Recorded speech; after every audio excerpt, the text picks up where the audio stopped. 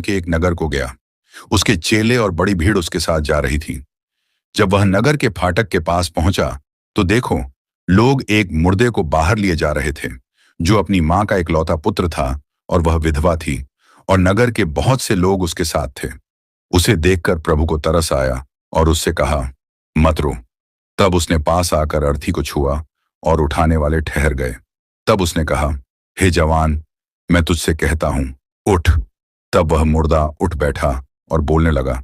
उसने उसे उसकी मां को सौंप दिया। इससे सब पर भय छा गया और वे परमेश्वर की बड़ाई करके कहने लगे, हमारे बीच में एक बड़ा भविष्यद्वक्ता उठा है और परमेश्वर ने अपने लोगों पर कृपा दृष्टि की है। थोड़े दिन बाद वह नाइन नाम के एक नगर को गया। उसके चेले और बड़ी भीड़ उसके साथ जा रही थी।